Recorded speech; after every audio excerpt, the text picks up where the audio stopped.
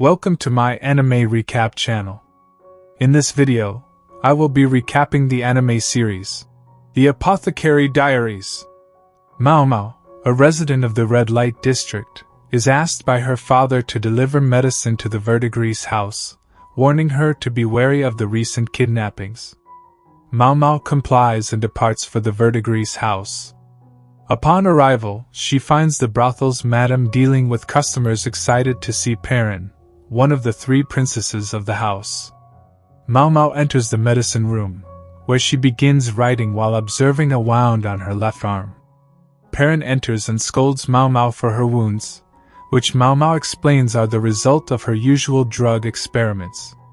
As they talk, the madam enters and warns Mao Mao not to set off another explosion with her so-called experiments, lest she be forced to become a courtesan. Annoyed, Mao Mao quickly informs the madam that she has left the medicine and leaves, just before two other women enter the room, thinking they heard her voice. As Mao Mao walks to the herb plot, she curses the madam for always trying to make her into a courtesan. Once she reaches the herb plot, she is kidnapped by human traffickers. Mao Mao worries about her father's anxiety as her captors take her to their destination, the Imperial Palace. As winter falls, Lady Lihua gives birth to a prince with the support of the rear palace physician. Meanwhile, Lady Gyokyu rejoices at the news of the prince's safe delivery while holding her own daughter, Princess Lingli. 3 months later, Mao Mao frets about her father and mourns her former life as an ordinary apothecary. She reflects on how the rear palace is no different from a brothel, a garden of beautiful women meant to bear the emperor's children. No men are allowed in this garden except the emperor, his kin, and the eunuchs, individuals who were formerly male, after losing their manhood. The rear palace is a collection of 2,000 concubines and servants, and 1,000 eunuchs. Unlike the high dash, mid dash, and low-ranking concubines, serving girls like Mao Mao are expendable and can lose their lives at any moment. While Mao Mao is working, Xiaolan rushes in and asks her to read the tag on a piece of clothing. Mao Mao reads the tag and tells her the location of the item. She comments that most of the servants are illiterate and are only taught the bare essentials of etiquette. Although Mao Mao knows that she would earn more if she worked as a literate servant, her kidnappers would take the raise. While it is possible for servants to become low-ranking concubines, Mao Mao does not have the looks for it, so she decides to lay low and avoid trouble during her 2-year term. She also laments not being able to drink. While they are doing laundry, Xiaolan tells Mao Mao about a super handsome eunuch who works in the central area of the rear palace. Everyone is talking about him, and Xiaolan complains that she wants to see him. She asks Mao Mao if she wants to see him too, but Mao Mao is not interested. Meanwhile, Jinshi, Gaoshun, and the physician visit Lady Lihua because she and her 3-month-old son are not well.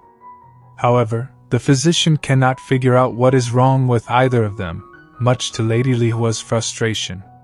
As Jinshi and Gaoshun are leaving the Crystal Pavilion, they meet Hongyang, who takes them to the Jade Pavilion because the 6-month-old Princess Lingli is also sick and needs to be seen by the physician.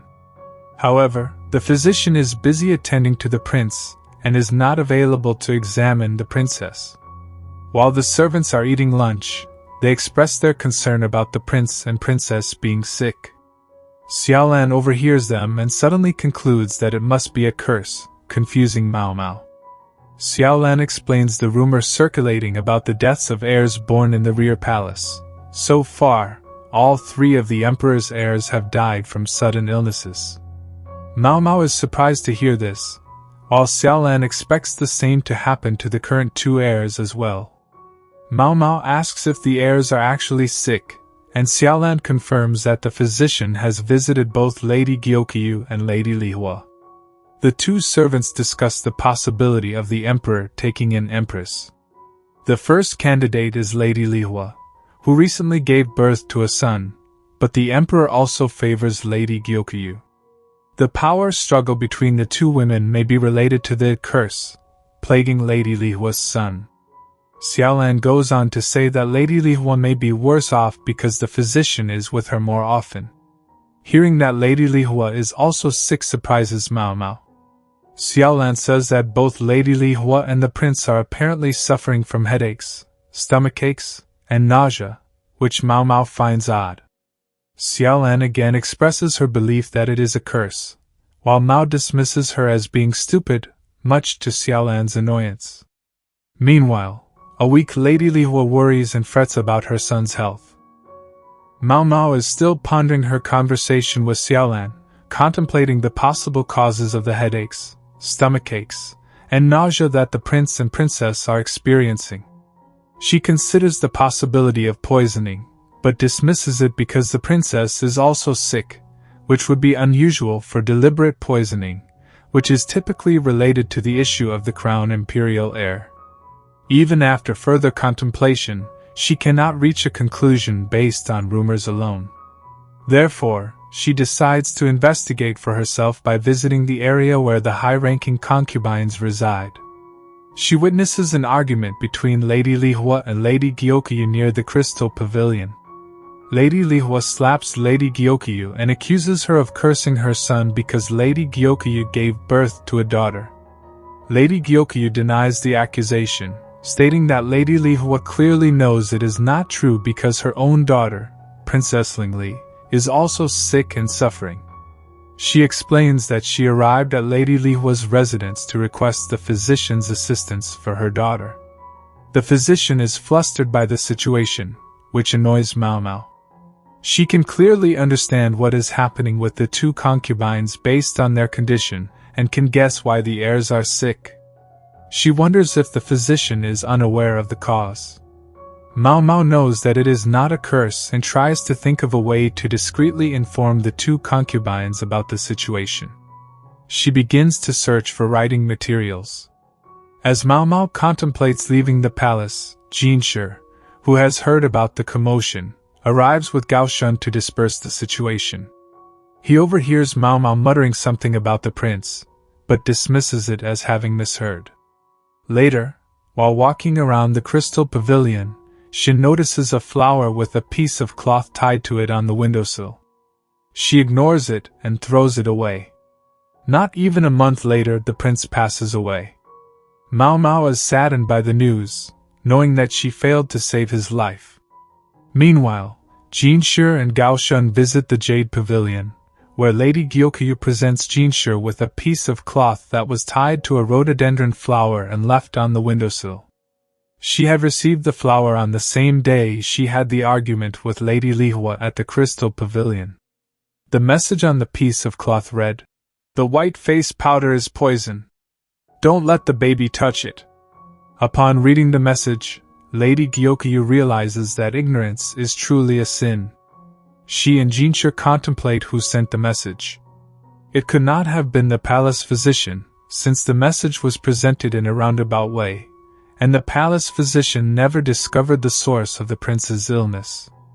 Lady Gyokyu asks for Jinshi's help to locate the person who sent the message.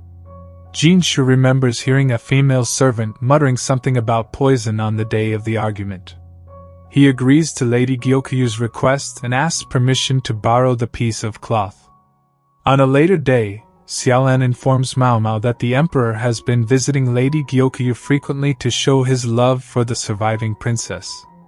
Mao Mao asks Xiaolan if she has heard anything about Lady Li Hua, but Xiaolan does not have any news.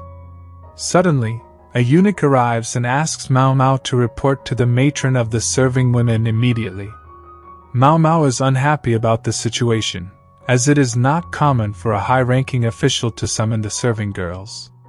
She wonders if it is just for some other work. As the girls enter the room under the watchful eyes of Gao Shun, he notices Mao Mao's repaired skirt. Jinshi arrives in the room and thanks the girls for coming. He receives a signal from Gao Shun and begins writing something on a piece of paper. The serving girls are smitten by Jinshi's looks, but Mao Mao is bothered by the arrival of an arrogant-looking woman. Jinshi introduces himself as the manager of the rear palace. Hearing his voice, Mao Mao realizes that the woman is a man and identifies him as the good-looking eunuch that Xiaolan mentioned before. As Jin Shi continues to write, Mao Mao comments on the wastefulness of such a handsome man becoming a sterile eunuch. Jin Shi finishes writing his message, which reads, "You with the freckles stay here." He shows it to the gathered serving girls. Mao Mao is surprised to read the message, and the nearby serving girls are confused. Jin Shi dismisses the serving girls and tells them to return to their room. The serving girls are surprised, but they slowly start to leave as ordered. Mao Mao is stuck contemplating the situation, wondering how she ended up getting Jin Shi's attention. She thinks it might be related to the message she sent earlier. She realizes too late that it was all a trap. Since most of the serving girls are illiterate, no one other than Mao Mao can read the message. This reveals her as the writer of the message. As she tries to escape, Jin Shi casually catches her and reminds her that he told her to stay behind. He tells her to follow him quietly. Mao Mao is annoyed that the handsome eunuch touched her, and she even dusts off the spot he touched. As they walk, Jin Shi mentions that Mao Mao's background record says she is illiterate.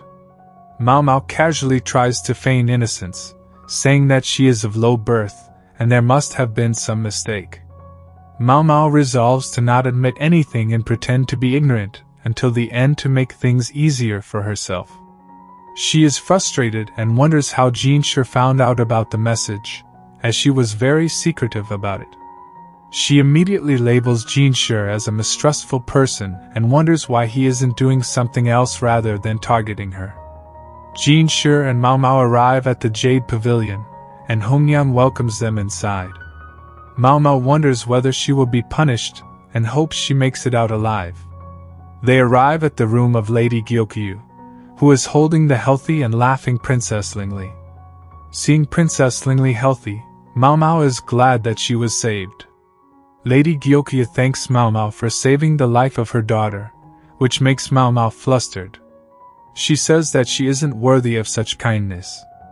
Lady Gyokyu expresses that any amount of gratefulness isn't enough for saving the life of her daughter, but Mao Mao, fearing getting too involved, decides to feign ignorance. She says that they must have mistaken her for someone else, which confuses Lady Gyokyu. Jin Shi steps in and says that Mao Mao provided him with the message written on the cloth. As Mao Mao tries harder to feign ignorance, Jin Shi also points out that the cloth used to write the message is something issued only for the serving girls, especially those who handle laundry like her. He asks her whether she ripped her skirt or not. With no way out, Mao Mao finally gives up. When Jin Shi asks Mao Mao why she wrote a message and left it with a flower, she replies that she had figured out the reason behind the situation on that day. The makeup powder was the main cause. Many courtesans in the brothel where Mao Mao grew up had used similar high-end powder and eventually been poisoned and killed by it. They had traded their lives for beauty, but in the end, they lost both. Mao Mao reveals that before she started working in the rear palace, she was something of an apothecary and was very familiar with poisons. Jin Shi asks Lady Gyokyu about the powder, and she informs him that the baby's nurse had used it. The nurse had said that the whitening effect of that powder was better than the other ones. The nurse had suddenly taken ill, so Lady Gyokyu had given her a leave of absence and paid her wages. Lady Gyokyu again contemplates that being ignorant is a sin, as she didn't pay attention to what her daughter was putting in her mouth. Jin Shi also feels guilty, knowing that if he had known the information earlier, he could have saved the lives of many others, including the prince. Lady Gyokyu states that after seeing the message, she quickly tried to inform Lady Lihua about it. But because of the incident before, Lady Lihua had grown more distrustful of her and didn't listen to her warnings. In the end, Mao Mao asks what she can do for them. Lady Gyokyu happily responds that she wants Mao Mao to immediately start working for her as the new lady-in-waiting. Her plans of keeping a low profile completely ruined, Mao Mao leaves the Jade Pavilion in hysterics. Mao Mao's first day working under Lady Gyokyu at the Jade Palace was an exciting one. She was initially unsure of what her duties would be, but she was soon assigned the role of food tester for Lady Gyokyu. This was a high-risk job, as Mao Mao would be tasked with sampling food that could potentially be poisoned. However, Mao Mao, who was a herbalist with a keen interest in poisons, found the job to be quite thrilling. To assess Mao Mao's abilities, Jin Shi, the chief of staff, presented her with a gift from a military official, dumplings laced with aphrodisiacs. Mao Mao, with her sharp eye and knowledge of herbs, quickly recognized the dumplings' hidden ingredients.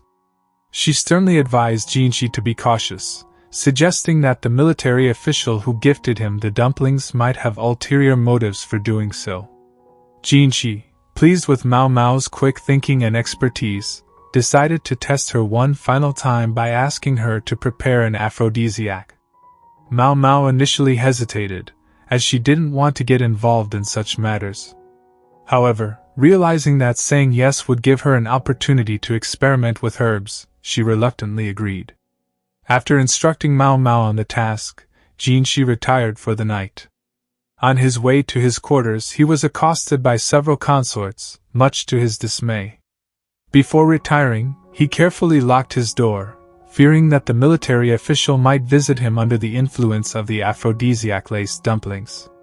The next morning, Mao Mao followed Jin Shi's instructions and headed to the infirmary. There, she met with Gao Shun, who led her into the medicine chambers. The quack doctor was already there, looking displeased at Mao Mao's presence in his domain. Upon entering the medicine room, Mao Mao fell into a trance and began to dance, demonstrating her deep connection with herbs. However, to her dismay, Jin Shi appeared unexpectedly and mocked her for her childlike behavior.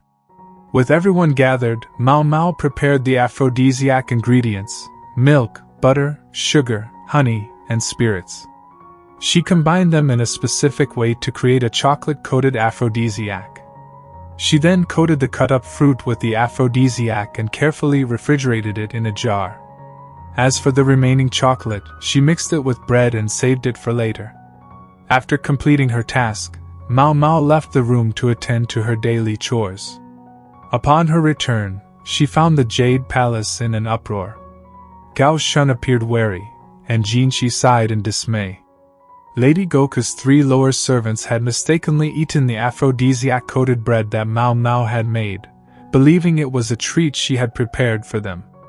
Under the influence of the aphrodisiac, they had become extremely aroused. Observing the 3 exhausted but satisfied servants, Jin Shi remarked that they had at least confirmed the effectiveness of the aphrodisiac. After everyone had gathered, Mao Mao presented the chocolate-coated fruits to Jin Shi. When asked why she had made the bread when she already had the fruits, Mao Mao explained that she had intended to eat it later. She assured them that the aphrodisiac would not affect her due to her resistance to poison and her tolerance for alcohol. Hearing this, Jin Shi sarcastically picked up a piece of bread and attempted to eat it, claiming that he too was resistant due to his alcohol tolerance. Everyone in the room quickly intervened to prevent Jin Shi from consuming the aphrodisiac, as they were already struggling to deal with the advances they had received and could not handle Jin Shi becoming similarly affected.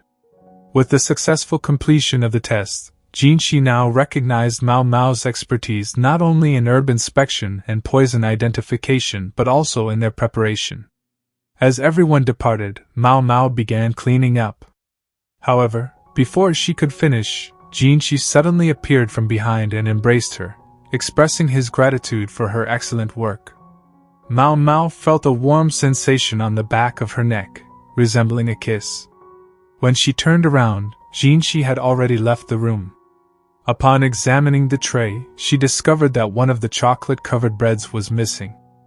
Whispers of a ghostly figure in white haunting the castle walls have been circulating lately. They call her the White Spectre. Pauker regales Mao Mao with tales of this phantom as they go about their daily rounds. As Mao Mao wraps up her work, she takes a detour to the infirmary to gather some herbs she needs. There, the quack doctor greets her with a warm smile. His perception of Mao Mao has improved significantly since discovering her herbal expertise. He even offers her rice crackers during her visits. To Mao Mao's dismay, however, her rice crackers are replaced with moon cakes when Jinchi makes an unexpected appearance at the infirmary. After dismissing the quack doctor, Jinchi engages Mao Mao in a conversation about the White Spectre case, specifically sleepwalking. Mao Mao expresses interest but acknowledges her limitations. Sleepwalking is a mental disorder, not a physical ailment, and she is an herbalist, not a psychiatrist. Despite her explanation, Jinchi is persistent. His overly touchy demeanor prompts Mao Mao to agree to investigate the so-called White Spectre on Jinchi's behalf just to get him off her back. Late that night, Mao Mao meets up with Gao Shun. Upon reaching the rumored location, they encounter not a ghost but a stunning lunar lotus. A beautiful consort clad in white graces the top of the castle wall, her movements as graceful as a flower swaying gently in the breeze. Her beauty under the half-moon rivaled that of high consort Jyokayu and Rifa themselves. When Mao Mao utters the name Lunar Lotus, Gao Shun reveals the consort's identity as Lady Fayu. She is set to be bestowed upon an honorary military officer in the coming month. The next morning, Mao Mao seeks the quack doctor's insights into Lady Fayu's story. The doctor explains that Lady Fayu was a princess from a vassal state of Rai. She was brought to the inner palace to become the emperor's consort.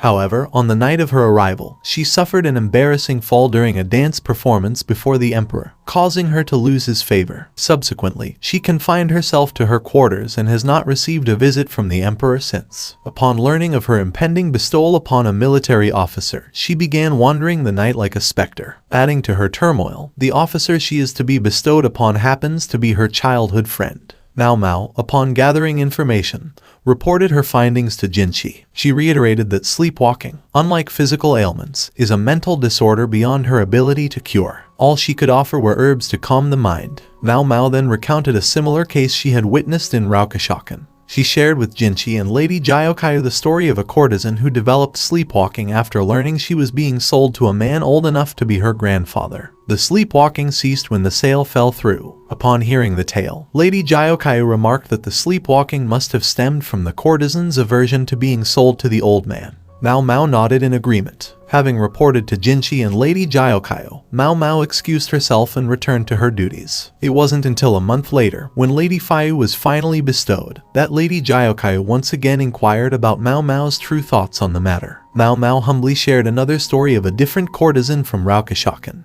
This courtesan, too, was being sold to a man and began sleepwalking. Eventually, the sale was called off. However, immediately afterward, another man made an offer to buy the courtesan. The offer was accepted, and the courtesan was sold to the man for half the price. The man who made the first offer was a friend of the second man. The two of them worked together with the harlot to bring down the brothel's buying price. Since the second man didn't have enough money to buy the harlot at the time, he asked his friend to make the first offer, and when the harlot faked her sleeping walking, the first offer was cancelled, which dropped her value. That is when the second man stepped in to make a second offer and got her for half the price. Mao Mao explained this to Lady Jyokayu and told her that Lady Fayu's situation was similar to this harlot.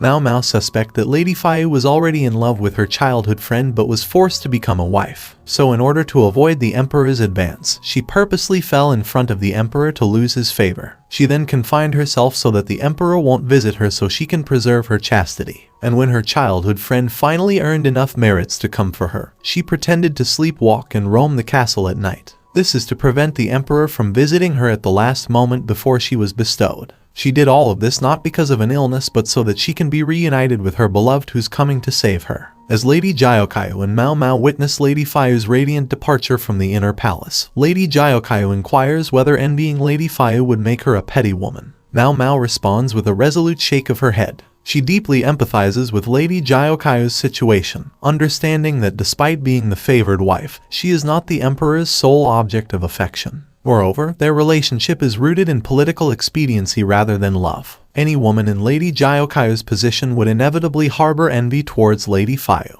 Mao Mao compares Lady Jyokayu to a princess in distress, yearning for the rescue of her knight in shining armor. Her beauty radiates not from superficial features but from the depths of her love. If love can bestow such radiance upon a woman, Mao Mao wonders what kind of transformative medicine she could create if she ever possessed its essence. Mao Mao, a diligent food taster, was summoned by the emperor to attend to Lady Rifa, whose health was deteriorating.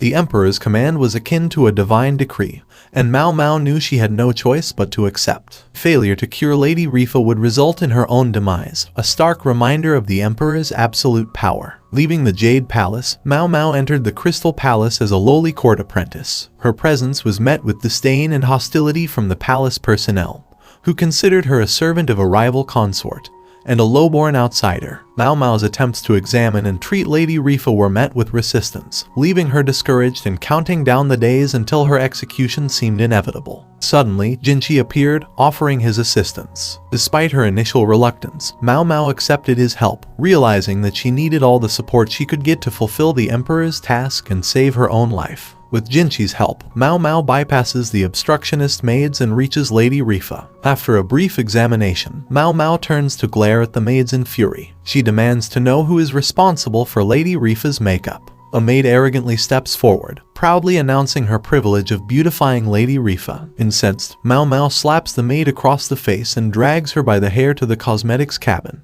She mercilessly pours face powder onto the crying maid's head, revealing the source of Lady Rifa's illness. The same poisonous powder that killed Lady Rifa's son had been used on her, causing her deteriorating condition. When confronted with Mao Mao's accusation, the maid weakly defends her actions, claiming that Lady Rifa favored the powder. Mao Mao scoffs at the maid's excuse, questioning how anyone could love a product that harmed their own child. Overwhelmed with guilt, the maid falls silent, accepting the consequences of her actions. Mao Mao releases the remorseful maid and instructs the others to clean up the mess. She then prepares to treat Lady Rifa, whose condition is dire. The weakened lady is unable to consume food, further exacerbating her frail state. With no other option, Mao Mao gently forces easily digestible food into Lady Rifa's mouth. After weeks of care, Lady Rifa slowly regains a portion of her strength. With a feeble voice, she asks Mao Mao why she didn't let her die. Mao Mao calmly replies that if Lady Rifa truly wished to end her life, she could simply stop eating. The fact that she continues to nourish herself is a testament to her desire to live. Inspired by Mao Mao's words, Lady Rifa rekindles her will to survive and decides to embrace life once more. Mao Mao's dedicated care over the past month has miraculously brought Lady Rifa back to her feet. With her strength restored, Lady Rifa is once again able to walk on her own. Her mission accomplished, Mao Mao prepares to return to the Jade Palace. Before her departure, Lady Rifa inquires about the possibility of bearing a child, a question that leaves Mao Mao uncertain. The answer, she explains, lies in the lady's own efforts. Lady Rifa expresses her concern about the emperor's waning interest, fearing that she has lost his favor. Mao Mao reminds her that she possesses her own unique charms, which she should wield to recapture the emperor's attention. Before Mao Mao leaves, she left Lady Rifa with a parting gift. More specifically, a sexually technique that she learned from the harlots at the Red Light District. A technique that utilizes big breasts to satisfy their partner. After giving Lady Rifa her advice, Mao Mao returned to the Jade Palace. Mao Mao stepped out of her room to go about her daily duties, but the Jade Palace was buzzing with activity. She came across Auka, who presented her with a dress. Auka and the other maids explained that Mao Mao needed the dress for the Winter Garden Party, an event where the emperor invited his officials and consorts to a feast in the gardens. Since Lady Jyokayu had few attendants, Mao Mao was expected to attend as well. Hearing that she was going to the garden party, Mao Mao decided to prepare for the cold. She sewed an undergarment with pockets so she could stuff warm rocks inside to stay warm. This was a technique that poor people used to survive the winter. When the other maids and court officials learned of this, they bombarded Mao Mao with requests to make one for them too. With her days filled with requests, Mao Mao didn't have time to prepare for anything else before the garden party. On the day of the party, Lady Jyokayu's maids dressed her in a magnificent red dress with flashy jewelry. She then gave each of her maids a piece of jewelry that signified her symbol. This was a symbol to show that they were her attendants, and that messing with them was messing with her. Mao Mao was included in this, even though she didn't know what the jewelry signified. Lady Jyokayu gave Mao Mao a gold necklace decorated with jade. Next was makeup. Auka and the other maids excitedly gathered around Mao Mao, but when they wiped her face, they discovered that her freckles were fake. The muddy look that Mao Mao had been sporting all this time was actually a ruse. While Mao Mao and the maids get ready for the garden party, Jinchi roams the inner palace, visiting the high consorts. As manager, he must be impartial and fair to all, but lately, he's been visiting the Jade Palace a lot. Not because he fancies Lady Jyokayu, but because he fancies the newly appointed maid, Mao Mao. Jinchi quickly greets Lady Jyokayu and Princess Rinriai, then makes his way to Mao Mao, who leaves him awestruck. The freckled Mao Mao is now transformed into a dazzling princess. Jinchi is speechless for a moment, but quickly regains his composure and compliments her makeup. Mao Mao explains that she actually took off her makeup, and that not all makeup is intended to make people look prettier. She also reveals that her freckles were fake, and that she wore them for protection. Worried, Jinchi asks if Mao Mao has ever been in trouble. She replies that someone tried to hurt her once, but she was kidnapped and sold into the inner palace instead. Jinchi apologizes for his role in her kidnapping, but Mao Mao casually assures him that it's not his fault. Even though kidnapping is illegal, it's legal to sell your own child. And even if you're kidnapped and sold, no action is taken unless the person who buys you reports it. This is the situation that Mao Mao finds herself in. After listening to her story, Jinchi removes his hairpin and places it in Mao Mao's hair. With a blush, he tells her that she can have it, then quickly leaves. Mao Mao examines the hairpin, which is a high-class ornament made for men. She looks at Aoka and the other maids, who all seem to want the hairpin for themselves. Seeing their expressions, Mao Mao offers to give it away, but there's only one hairpin and 3 of them. Hanyan quickly steps in to prevent Mao Mao from giving away the hairpin, explaining that it's not just a gift, but also Jinchi's symbol. Lady Jyokayo sees that Mao Mao has received jewelry from Jinchi, and slowly steps forward to tie the hairpin into her hair. Lady Jyokayo gives Mao Mao a sad smile, saying that she is no longer just her attendant. Mao Mao, who still doesn't understand the significance of the jewelry, can only speculate as they leave for the garden party. Like and comment if you enjoyed this video. Subscribe to my channel for more anime recaps, and tell me what anime recap you'd like to see next in the comments below.